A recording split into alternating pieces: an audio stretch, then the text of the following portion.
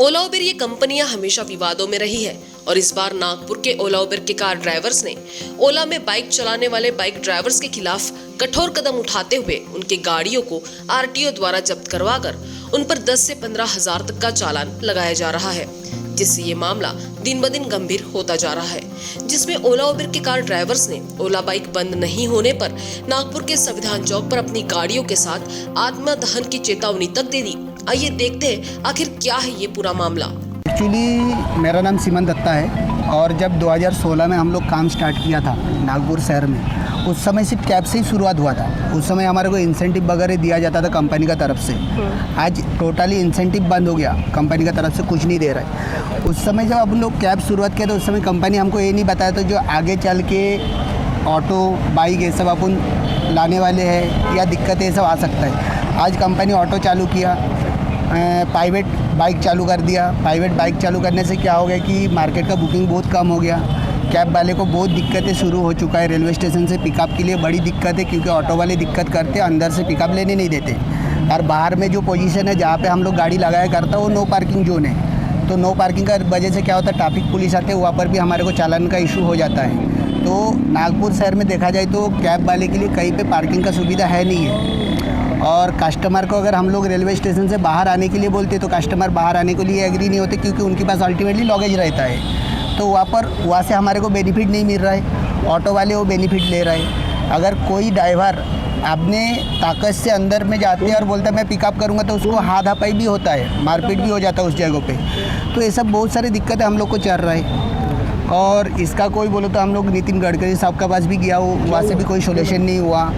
बहुत सारे जगह पे गया, अपन सीपी ऑफिस भी गया, तो कहीं से कोई उपाय नहीं मिला। अभी देखा जाए तो जो अभी हमारा मेन मुद्दा ओला उबेर का बाइक जो है, इसको लेके मेन इशू हो रहा है हमारे को। तो इसको लेके हम लोग काफ़ी दिन से चर्चा कर रहे हैं। इसके पहले बहुत बार आया, हमारे को कोई सुनवाई नहीं मिला। तो आज हमारे लिए मीटिंग का ये अरेंजमेंट हुआ था ऊपर में। तो अरेंजमेंट में हमारे को कहा गया जो भी ओला उबेर का बाइक है उसको आप लोग सपोर्ट करो हमारे को, और गाड़ी अंदर में लेके आओ। हम लोग वो करते। और ऊपर से ओला कंपनी को भी बात किया मैनेजर का साथ नागपुर में, तो उनको भी बोला जल्द से जल्द आप लोग जो प्राइवेट गाड़ी को जो काम करवा रहे हो वो बंद करो, नहीं तो कार्रवाई होगा करके, नहीं तो लाइसेंस आपका रिजेक्ट कर देंगे। तो ये सब दिक्कतें आया है। हम लोग काम कर रहे हो मार्केट में, अभी गाड़ी सब अंदर में जमा हो रहे हैं।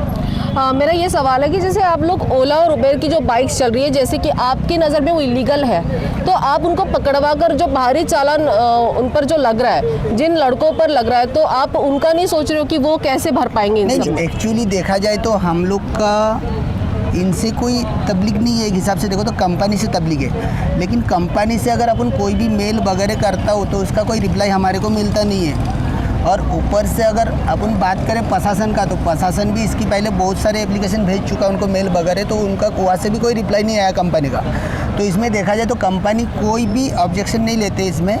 ड्राइवर जो कर रहे करने दो, ड्राइवर मर रहे मरने दो। अभी देखा जाए तो 2-3 ड्राइवर सुसाइड भी हुआ है, उनका भी कुछ कंपनी का तरफ से सपोर्ट नहीं मिला है। तो अब जब हमारे को कुछ नहीं मिल रहा, आज बाइक आने से हमारा धंधा पूरे जीरो पे आ गया। आज मेरी बात करूँ तो सुबह 4:30 बजे ऑनलाइन हुआ, एक भी बुकिंग नहीं आया।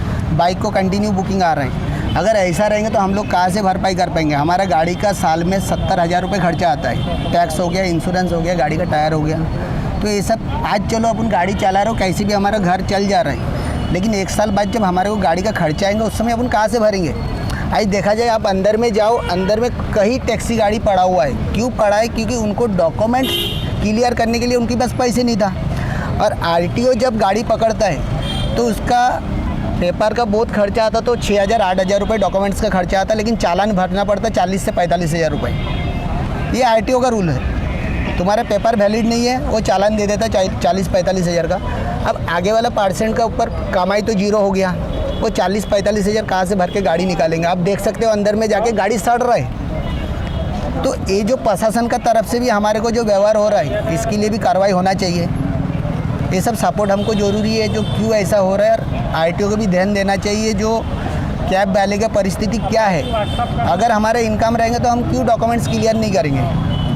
आज हमारे पास रोज़गार नहीं है। आज हम लोग जो इस पोजीशन में खड़ा है, क्यों खड़ा हुआ? कि हम लोग को तबलीग हो रही है, तभी अपन आया ना। हमको लग रहा है कि उनका गाड़ी पकड़ने को हमको अच्छा लग रहा है, वो भी हमारे जैसा परिवार से ही है, लेकिन आज उन लोग आने से हमारा घर परिवार पूरा बर्बाद हो चुका है, तो अपने को कुछ ना कुछ करना ही पड़ेगा। तो ये जो चालान 15-15 हज़ार ये जो चालान लग रहे हैं, तो ये कंपनी भर रही है या उनको ही भरना पड़ रहा है? नेक्स्ट टाइम हमारे को ऐसा खबर आया था, जो चालान हुआ था इन लोग को, तो उसमें कंपनी कुछ सपोर्ट किया था। लेकिन इस बार का क्या है, इसके बारे में हमारे को कोई इन्फॉर्मेशन नहीं है। आज सपोर्ट की बात करो तो आज तक कंपनी हमारे को कुछ भी सपोर्ट नहीं किया।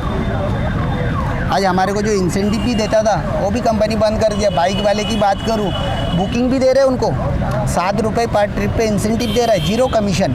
अब बताओ तो इसमें हमारा साथ इंसाफ हो रहा है कि उनके साथ इंसाफ हो रहा है? कंपनी बुकिंग भी दे रहा है, जो अमाउंट बिल भर रहे फेयर उसमें 0 कमीशन है। GST वगैरह जो भी लागू है कंपनी भर रहे हैं, उनका पेमेंट पूरा मिल रहा है उनको, ऊपर से इंसेंटिव मिल रहा है। हमारे को क्या मिल रहा है? तो आपकी हमारे माध्यम से सरकार से क्या मांग है, क्योंकि आए दिन ओला और उबेर हमेशा चर्चा में रहे हैं, तो आपकी मांग क्या है? सरकार से यही हमारा मांग यही है, जो हमारे साथ नाइंसाफ़ी हो रहा है इसको ध्यान दें। जो भी तबलीग हो रहा है हम लोग को, उसको लेके सोचे। हम लोग जैसा सब CP ऑफिस जाता हो, नितिन गडकरी का साहब के पास जाता हो, तो उसका कोई रिप्लाई नहीं मिलता। कुछ ना कुछ हमने को रिप्लाई देना चाहिए, जो अपन आगे कुछ भी प्रोसेस कर रहा हो तो ये सब रिप्लाई नहीं मिलता। हमारे को ऐसा लगता है हम लोग उनको पास लेके जाते डॉक्यूमेंट्स, हम लोग घर से निकालते तो शायद वो कचड़े का डब्बे में फेंक देते हैं। ऐसा लगता है हमारे को, क्योंकि रिप्लाई मिलता नहीं तो अपन क्या सोचेंगे। इतना टैक्स भरते, प्रोफेशनल टैक्स भरते, अगर बाइक वाले को बिना किसी चीज़ के वो काम करने की परमिशन दे रहे, तो हमको भी वाइट नंबर पे फिर काम करने की परमिशन दो, तो हम उनको भी चलान देंगे, हम भी खुद चलाएंगे।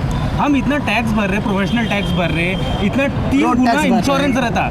अगर हमारे गाड़ी में कस्टमर को कुछ होता है तो वो कवर्ड रहता है, लेकिन बाइक में क्या कस्टमर कवर्ड रहता है? कुछ भी नहीं रहता है। इसलिए हमारा वही प्रशासन से है कि अगर हमें भी फिर वाइट नंबर पे काम करने दे, अगर ये इनको काम करने दे रहे हैं, या तो फिर उन्हें भी वही रूल लागू करे जो हमें लागू करते हैं।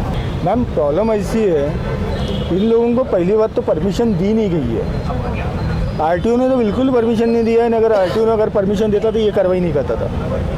RTO का कहना सीधा है कि कंपनी वालों ने अनलीगल तरीके से ये काम चालू कर दिया है। ओला उबेर के बाइकर्स जो है, बाइक ड्राइवर्स, उनसे पूछेंगे कि आखिर उनकी बाइक जमा हो चुकी है, उनका मामला क्या है, और जो काफ़ी गंभीर बताया जा रहा है, तो हम उन्हीं से जानेंगे कि मामला क्या है। अभी जैसे हमने जब ओला और उबेर बाइक का जब रजिस्ट्रेशन किया, अभी मैंने तो वो यूट्यूब पे उसका ऐड देखा था, तो उससे मैंने रजिस्ट्रेशन किया था। रजिस्ट्रेशन करने के बाद मैंने कस्टमर केयर को बोला भी कि इसमें हमारी सेफ्टी क्या है, तो उन्होंने बोला कि ये मतलब वैलिड है, और कोई भी चीज़ मार्केट में आती है तो बिना लाइसेंस के या अप्रूवल के नहीं आती है।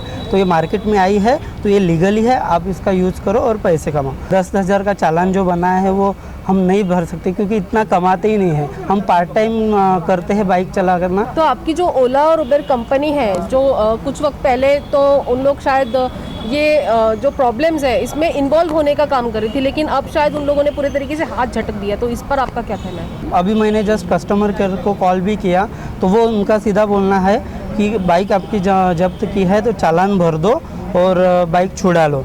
लेकिन मैंने उनसे ये भी पूछा कि इसका सर सोल्यूशन दो, या हर बार ऐसा कैसे, इसमें हमारी क्या गलती है? तो वो बोल रहे कि आप अपने लेवल पे मैनेज करो करके। आपकी क्या मांगे हैं गवर्नमेंट से? एक तो पहली बात, अगर मार्केट में ये चीज़ आई है तो अगर ये इलीगल है तो फिर ये मार्केट में आने ही नहीं देना चाहिए। जैसे अभी बाइक आई है, अभी कोई भी समझो पब्लिक बुक कर रही है इसलिए हमें राइड मिल रही है और हम राइड कर रहे हैं, इसमें दोनों की मर्जी है। तो अगर ये चीज़ इलीगल है तो सरकार को ये चीज़ निकाल के फेंक देनी चाहिए।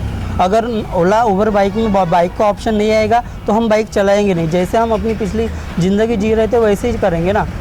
हाँ, अभी और बात हुई है तो सर बोल रहे हैं कि आप ओला उबर के ऑफिस में जाओ, वहाँ से किसी को यहाँ पे हमारे पास लेके आओ और फिर हम सोचेंगे। आप चालान भी भरेंगे तो हम तब भी बाइक छुड़ाएंगे नहीं, ऐसा बोल रहे हैं। मतलब अगर ओला उबेर वाला कोई अगर यहाँ पे आता है हम तो ही आपकी बाइक यहाँ से छूट जाए। वो पॉजिटिव रिस्पांस नहीं दे रहे, उनका सीधा कहना है जैसे आपने चालान भर दो और अपना काम चालू करो या फिर मत करो। इन सब पर पावर ऑफ वन न्यूज ने RTO इंचार्ज से भी उनकी राय जानी। आइए देखते हैं क्या कहना है इस पर। हम सभी जानते हैं कि महाराष्ट्र के बाहर ओला उबेर काफ़ी अच्छे तरीके से चलता है, उसको परमिट है, लेकिन महाराष्ट्र में ही परमिट नहीं है। तो आखिर ये मसला क्या और ये कब तक सुलझाएगा? पिछले कुछ दिनों से ओला, उबेर और रैपिडो या जैसे ऐप के माध्यम से टू व्हीलर के द्वारा प्रवासियों की वाहतूक की जाती है, इस तरह की कंप्लेंट प्रादेशिक परिवहन विभाग को प्राप्त हो रही थी।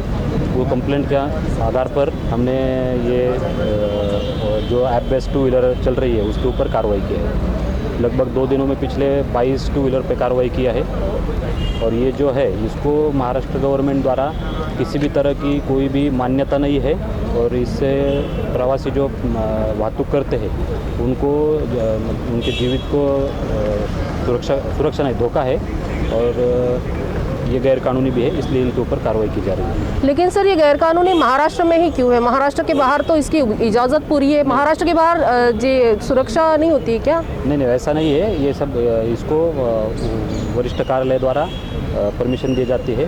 वो परमिशन यहाँ पे महाराष्ट्र में दी नहीं गई है, उसके लिए अलग से स्कीम होती है। वो जब परमिशन मिलेगी तो उसके बाद ही ये वैध माना जाएगा। और मैं आपके माध्यम से पूरे नागपुर के शहरवासियों का आह्वान करता हूँ कि ये जो गैरकानूनी प्रवासी वाहतूक है आप इससे वाहतूक मत कीजिए, ये बिल्कुल ही सुरक्षित नहीं है।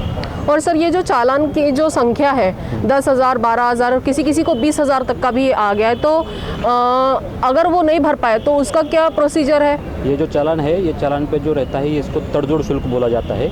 ये अगर वो पार्टी को मंजूर है जो भी चालान लगाया है तो भी उनको यहाँ पे भरना होता है। अगर उनको नामंजूर है तो उनको कोर्ट में भेजा जाता है, वहाँ पे जाके ये केस डिसाइड हो जाता है। तो उनकी जो गाड़ी जिस पर चालान लगा है वो गाड़ी वापस मिलने की कोई उम्मीद ही नहीं है? नहीं, ऐसा कुछ नहीं है। जो वो चालान का पूरा फाइन जब भर दिया जाएगा उसके बाद उनका गाड़ी उनको वापस दिया जाएगा। पर अगर सर चालान भरने की उस आगे वाले इंसान की कंडीशन नहीं है तो गवर्नमेंट अपने तरफ से क्या उसको मदद कर सकती है फिर? नहीं, वैसा नहीं है। जो भी उन्होंने गुनाह किया है उसके हिसाब से उनको जो तड़जोड़ शुल्क लगाया जाता है वो उनको भरना ही पड़ता है। अब आगे देखते हैं कि इस मामले में और कौन सा मोड़ आता है। तब तक देखते रहिए पावर ऑफ न्यूज़ जोया के साथ। नमस्कार।